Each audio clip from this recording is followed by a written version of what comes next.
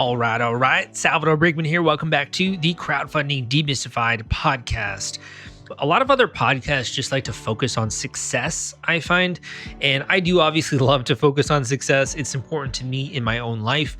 I like to model people who are successful in what they do and to find out exactly what went into that. That's the whole basis for this show, honestly, right? But at the same time, you also have to be aware of failure and what goes into that and what causes failure so you can steer clear of the pitfalls in the road when you're on your journey, when you're going down the path. If you aren't aware of the reasons why people fail, then you can't really safeguard against some of those downsides, right? So this episode is going to be a little different than the other podcasts I've done because we're actually focusing a little bit more on that, and not in a way like, oh, failure sucks, It's more of like understanding why and understanding what went into it and why is it that sometimes people fall short from their goals. So this particular campaign, Sean Liu was so honest, so candid. He decided to come on the show to actually share and reveal the story behind his campaign. So PopTime is a refreshingly versatile smartwatch. And you'll hear a little bit more about this on the podcast episode, but basically Sean raised about $18,000 on Indiegogo, which is great, which is incredible. I mean, raising $18,000 is, I think, a really good feat. Unfortunately, he fell short of what his ultimate goal was, which was around $50,000, right? So he fell short, and rather than just getting super down about it and getting really angry, he decided to turn it into a learning lesson. And what you're going to hear on today's episode are some of the takeaways that he had. If you do not want to have a failure on Indiegogo, if you want to avoid failure, then you're going to like today's podcast episode because he was so transparent, so candid, and I'm just willing to kind of tell you as it is what went into his campaign. Now, he also has a really killer product. I'm surprised that he didn't raise more money. I love his product. It looks really cool. So go and check it out, PopTime on Indiegogo or on his website. But that being said, if you also want to learn a bit more about what goes into a campaign, the ways in which you can improve yours, I'll share some resources at the end of today's podcast episode to help you. I also post bite-sized versions of this podcast on my Instagram at Salvador Briggman. Just search that on Instagram, and got some other cool resources that I'll mention to you at the end of today's episode. Number one thing I want you to be aware of when you're listening to today's show is some of the ways that this entrepreneur tried to remedy these issues, some of the ways that they identified them, and also some of their thoughts when it comes to leadership and what some of the takings that he had from his MBA background and coming on to more of a startup entrepreneurial sphere. So I hope you like today's episode. We're getting into it right after this. This podcast episode is sponsored by the Gadget Flow. The Gadget Flow reaches over 28 million people, and they've been around since 2012. They are Indiegogo and Kickstarter experts. They featured over 5,000 crowdfunding campaigns, and if you have a technology or design campaign, it is a great platform to generate awareness and get backers. You can check them out at thegadgetflow.com/submit and list your project today. Hey guys, welcome back to the Crowdfunding Demystified podcast. Today we have Sean on the show, who has launched an Indiegogo campaign for PopTime, Refreshingly Versatile Smartwatch. I'll let him tell you a little bit more about that in just a second. Sean, welcome to the show. Thank you for having me. Then we can get started. You can tell listeners a little bit about you and what you were doing before you launched this campaign. Sure. So my name is Sean Liu. I work as a marketing strategist at an electronics company that's close by Chicago. I'm also a part-time MBA student. And so the whole idea of PopTime started a couple years back when one of my colleagues at the company that I'm working at approached me and wanted to license some of the IP from our company to build a consumer-based product. And some of the technologies included a multi-touch algorithm that allows the user to manipulate 3D images with 2 or 3 fingers. So it's, much more sensitive than the trackpad on your laptop. We wanted to merge or tether that to a smartphone so that your fingers would not be in the way when you're, let's say, playing games on your phone or, texting. Will help you operate it from the back. And we approached PopSockets, which is a very successful consumer accessories company. You probably have seen a lot of their phone grips. Yeah. They have a tremendous size of user base. And so we pitched the idea to them. They liked it. And the next part was implementing the actual technology. where we realized that it was very difficult to crack into iOS and Android devices. Mm-hmm. So when it comes to this, I mean, you have a job, you're also going to an MBA program. Were you working on this alone? Do you have a team? What does that look like? Yeah, so I had, the guy who approached me was my CTO, and I was the business guy. So at the beginning, it was the two of us, and we had a number of advisors from Microsoft, Intel. But, as far as the hands-on, day-to-day, it was just the two of us. And when it comes to the idea, were you first starting with like sketches on a napkin, or were you doing an initial like 3D prototype? How did you get started with it? Yes. We actually had a bunch of engineers who helped us, mechanically design the product and laying out the printed circuit board and all the electronics. So the mechanical design was not terribly complicated. Like I said, it was more on the firmware and integration side. Mm-hmm. And how long were you working on this before you even like considered crowdfunding, or that came into the picture? Crowdfunding came into the picture because we wanted to gain traction from the real market rather than spending all our time pitching an idea that's unproven to investors. We wanted to see if consumers actually care about it. Mm-hmm. And how long were you working on it before you even considered like bringing it to Indiegogo? So actually, my partner and I ended up parting ways because he wanted to invent basically really cool technologies that are very challenging, in the CTO. So he ended up doing a Indiegogo campaign called Castaway, which provides the user a second screen for their smartphone. And that actually turned out to be a very successful Indiegogo campaign, although they did have a lot of advertising spend, PR. They spent a ton of money, and they also made good money. And for me, I wanted to more so focus on building a business that actually, is a good model and provides a product that's affordable to people without a ton of technological complications, if you will. Some users simply don't care about all the bells and whistles. They care about the one or two things. And that's what I wanted to focus on, which is where PopTime kind of emerged. Got it. So one of the most important parts, obviously, of doing Indiegogo is constructing a pre-launch and kind of learning about how crowdfunding works and all of these kinds of things. Were you doing like all the marketing yourself? Did you have help at all? How did that look? Yeah, so given that I come from a sales and marketing background, I wanted to do all the marketing myself. Although I did work with graphic designers, video production folks, just to get all the content. But as far as discovering which markets actually made sense, talking to customers, doing the research, I was doing that on my own. Now, you were able to raise about $18,000 here with the campaign. Where was that funding coming from primarily? The funding primarily came from Facebook ads while the campaign was going on.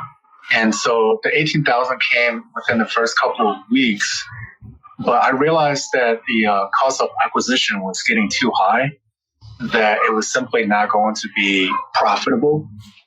And so I guess my whole understanding of crowdfunding kind of changed. Initially, I thought, this is a great idea. It's a good platform for you to actually raise money to fund your development and manufacturing. But what I came to realize is that a lot of the really successful campaigns that you see already have the funding to back it up, such as, spending on Facebook, spending on agencies.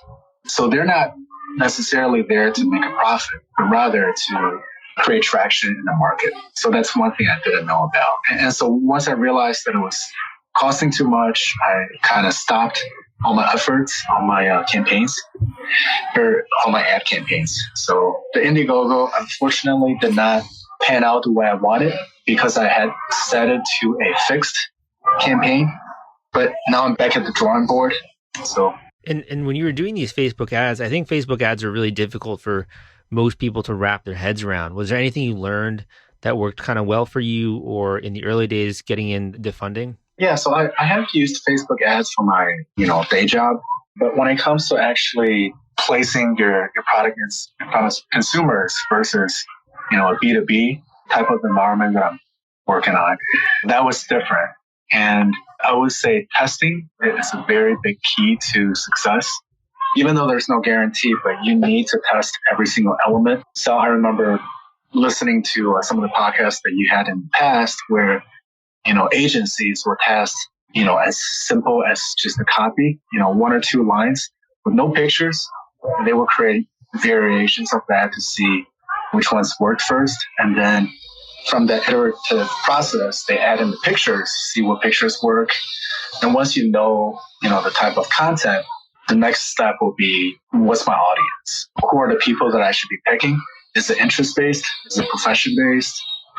And then there's also obviously placement and all the different variables that you can experiment. Yeah, definitely. A lot of variables and really valuable intel when it comes to your customers, right? And what they like, what they don't like, what gets them to convert, all those kinds of things. I would say that's probably the most important thing for a startup. Mm-hmm.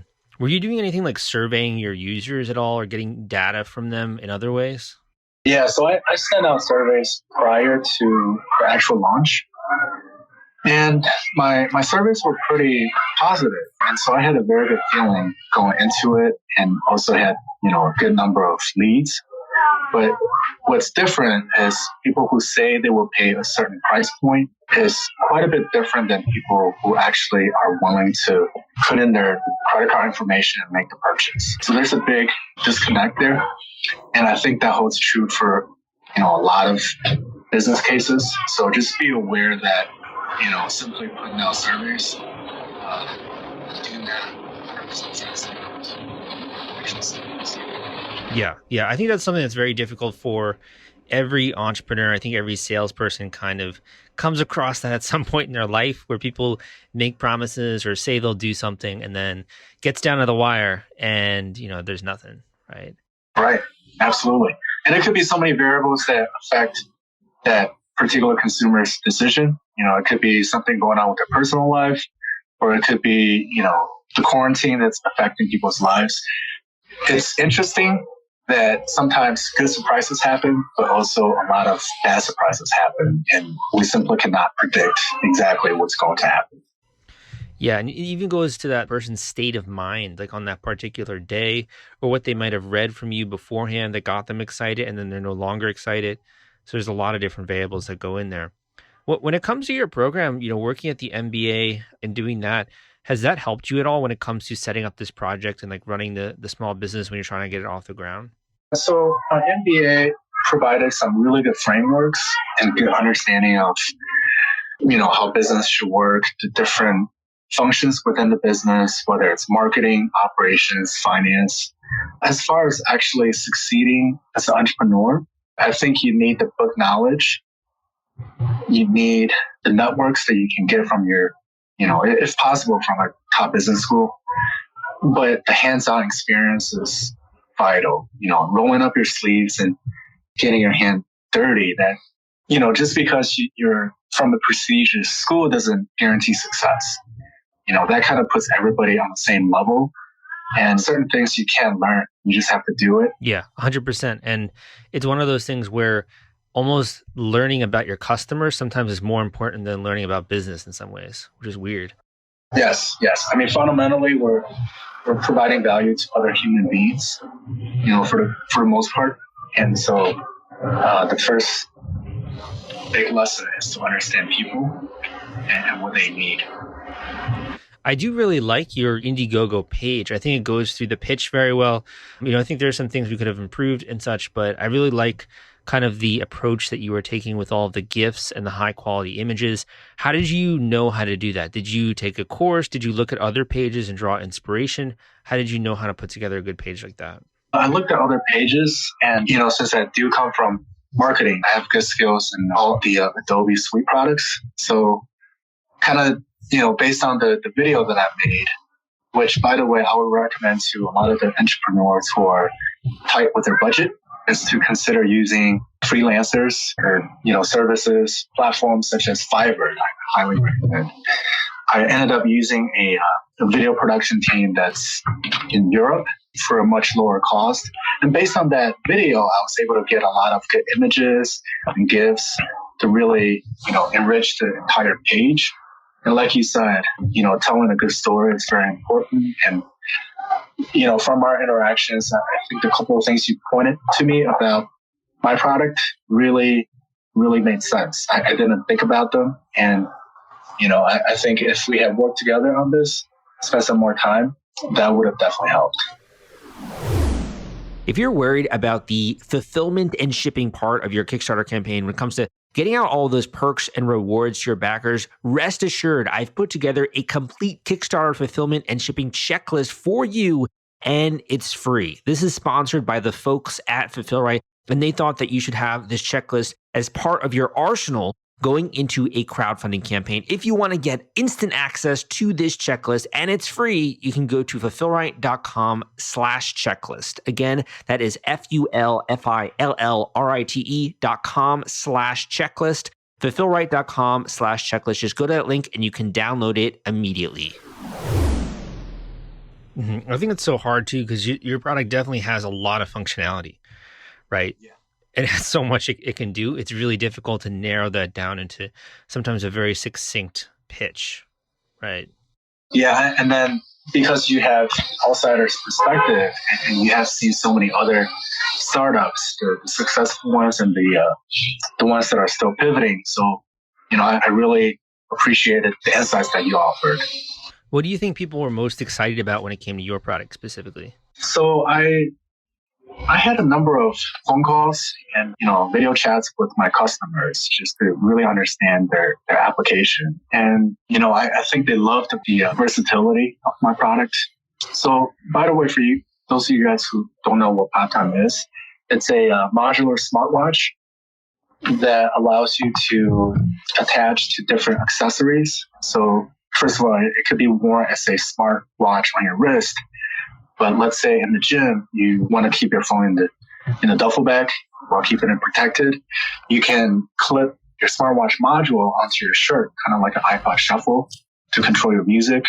You can put it on a clasp for backpacking. You can put it on the backside of your phone.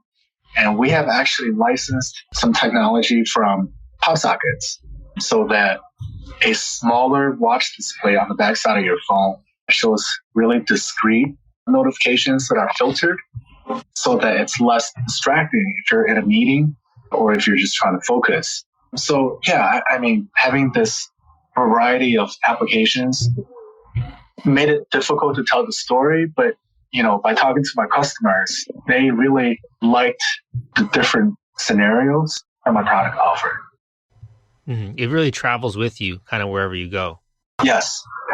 So while, you maybe didn't hit the amount of money that you want to raise, at the same time, I think you were extremely successful when it comes to taking action.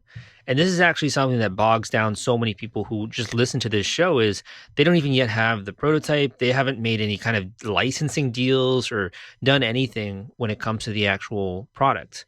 How were you able to execute on that, you think, when other people still keep it in their head as just a business idea? Well, in that case, I think there's a difference between sales and marketing. I think marketing is vital when it comes to a startup success. Especially if it's in the B2C setting and you're selling to a mass market of consumers. But when it comes to licensing, working with another business, you need to be laser focused. You need to completely understand your value proposition, and you're only selling it to, key decision makers of another organization. So, people think differently in that case. And so when you're approaching, people for your business value proposition in hopes for partnerships or licensing or even funding, your pitch needs to be very, very tailored. And there's going to be a lot of follow-ups. Mm-hmm. Yeah, just being willing to grind it out. Was this the first product that you fully made A to Z, or have you made other ones before? No, this is my first one.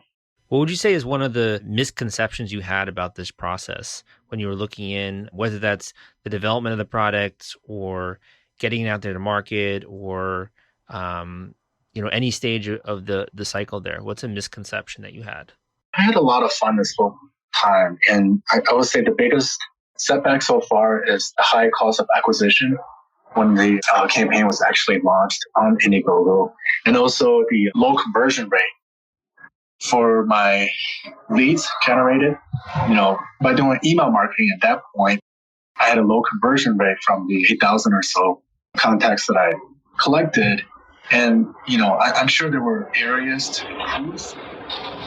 At the same time, never been to sure whether it's the president else the market might react. Yeah, definitely. And it's one of those things where it's obviously always evolving and new techniques and new ways of reaching out to customers are coming in. When you think back on the project, what are like one or two of the big takeaways that you had? I don't like to say like a failure, but kind of like a learning lesson. What are some of the takeaways that you had from it? I've kind of shared some of them. And to just add to the points I made earlier, I would say it's really important if you can work with at least two or, at least one or two other individuals.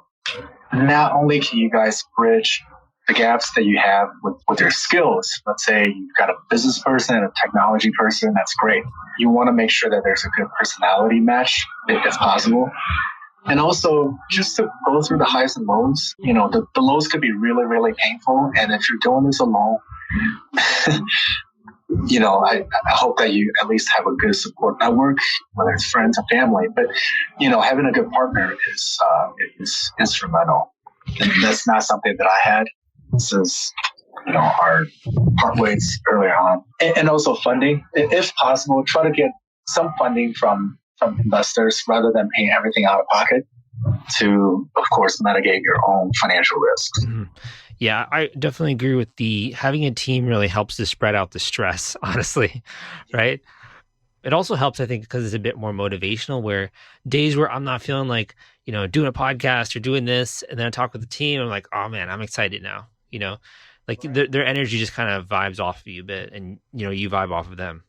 Yeah, I think I wasn't lazy when it came to put it in the grind and the work, but I would say rather than spending 95% of my energy on getting things done, I should have spent more time on pitching to individuals who I think might be a good fit. And once I can find like-minded individuals, the effectiveness of your team can really compound. Totally. And when everyone's on the same page, working towards the same vision, it makes things a heck of a lot easier, right? Yeah. Now, on the note of investors, one of the new things I've been kind of talking about a bit more is equity crowdfunding and these websites like WeFunder, Start Engine, Seed Invest, etc. Have you thought about maybe doing something on one of those sites? Yeah, absolutely. It's sort of a catch-22 because sometimes you want to demonstrate success with your customers, with your market, and pitch to the investors.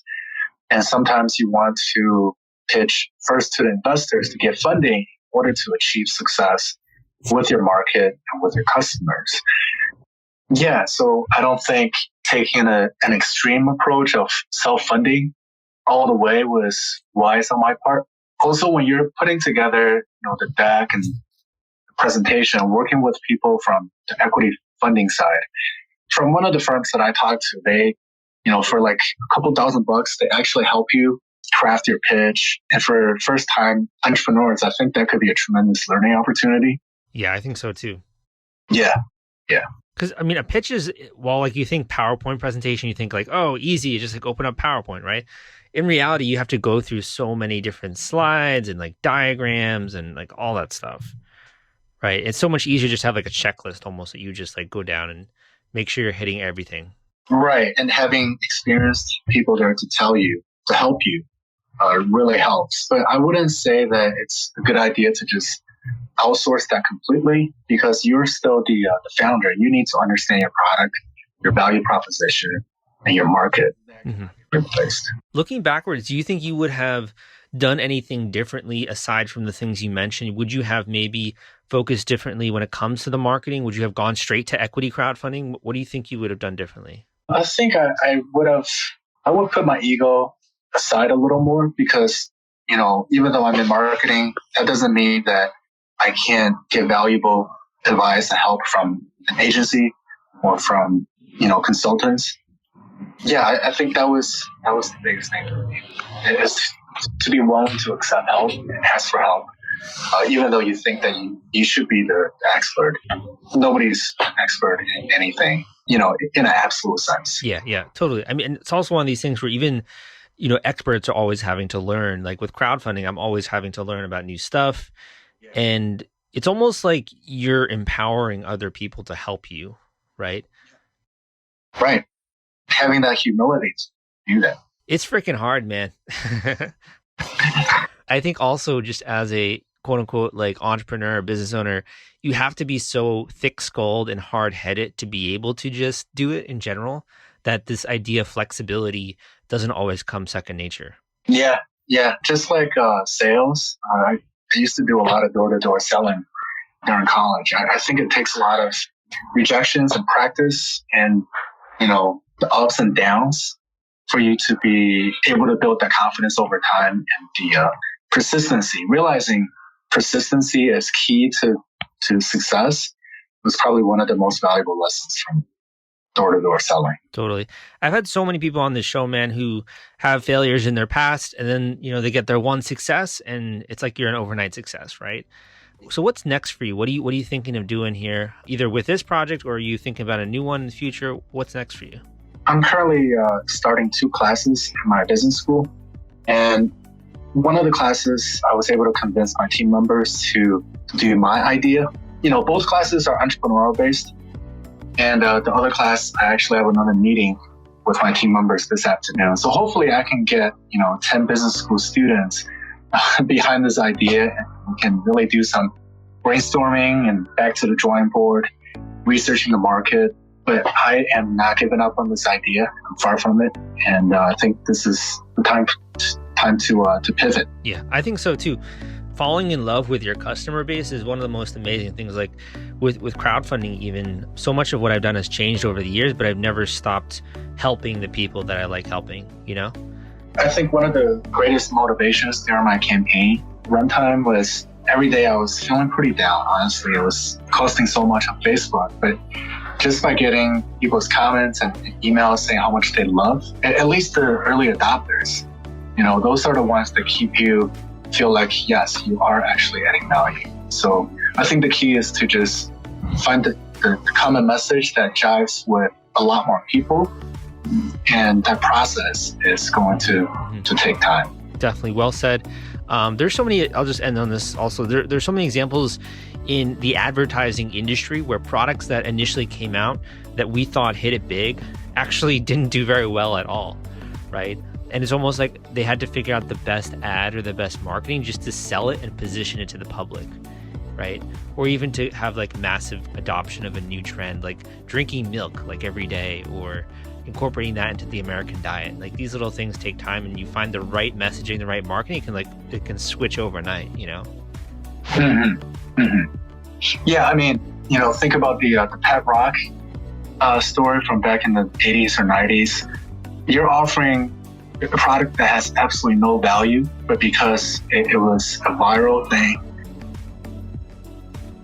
Yeah, right. And so, you could call it luck, or you could call it really effective, ingenious marketing. But at the end of the day, there's, very little value that the product is adding. But for those of us who are hoping to add value to the consumers, there is going to be setbacks. But, as long as you have something that has intrinsic core value, I think that's something that's worth fighting for. 100%. Awesome, dude. Thank you so much for joining me on this podcast, being super authentic with your story. Can people look you up on LinkedIn? Where can they find you? Yeah, absolutely. I'm on LinkedIn. Just search for Sean Liu. I'll send you my LinkedIn profile. I'll put that in the show notes, yeah. Yeah, maybe you can put that up. Okay, awesome. And it's also PopTime on Indiegogo if you guys want to check it out. Sean, thank you for coming on. Appreciate it and being radically transparent. Thank you so much. Absolutely. Thank you, Sal. Thank you for listening to this episode of the Crowdfunding Demystified Podcast. My name is Salvador Briggman. I hope you enjoyed today's podcast episode and you got value out of it. I got some links for you that I think will be helpful going into your campaign. So I definitely did not want to just do a downer kind of show, but I do think it's important to examine failure and what goes into that, because we're all trying to just steer clear of these different pitfalls in life, and the more that we know about them and are aware of them, a lot of people out there, they don't like to talk about problems. They don't like to talk about failure. They don't like to talk about potential bad things that can happen, because I'll be honest with you, it feels bad to talk about it, or it feels bad to consider it or to think about it. But if you are going to navigate these waters, rather than viewing it in an emotional light, you just have to see it as identified as a potential problem, right? When we view a problem-focused mindset, we then become more solutions-focused. So if you view this as a potential problem, you just have to steer clear from that problem by taking the right actions, right? So this is a lot more of a productive mindset, in my opinion, to be aware of the terrain rather than just being super optimistic, thinking it's going to work out and not really taking into consideration any of the potential downfalls, right? So if that sounds like you, and you want more insight into some of the potential pitfalls, number one, book a coaching call with me. It's going to be the best time that you spend, I promise you, with this entire process. It's an hour-long intensive coaching call. You can book it at crowdcrux.com/coaching. This is a paid call. I go intensively into your strategy, into the checklist of items that you need to get done. We examine your specific category, your product, get into all of that with this hour-long intensive coaching call. Very worth your time. In addition, I have a great checklist for you that I think you will like when it comes to fulfillment. So the fulfillment side of a campaign is kind of mysterious, and you might not be interested in getting a fulfillment provider or something. So if you're not, I think this would be a really good checklist. You just go to fulfillright.com/checklist. That is fulfillright.com/checklist. You can download the free fulfillment checklist for crowdfunding and Kickstarter projects. Great resource. Go and check it out there, fulfillright.com/checklist. Without further ado, thank you for listening to this episode. Hope you give me a good rating and review on iTunes. I would appreciate it a lot. Don't say this guy is, an asshole or something like that. It means so much to me if you are honest, and I really appreciate if you do take the time to do that. Thank you very much. My name is Sal, and I will see you next time.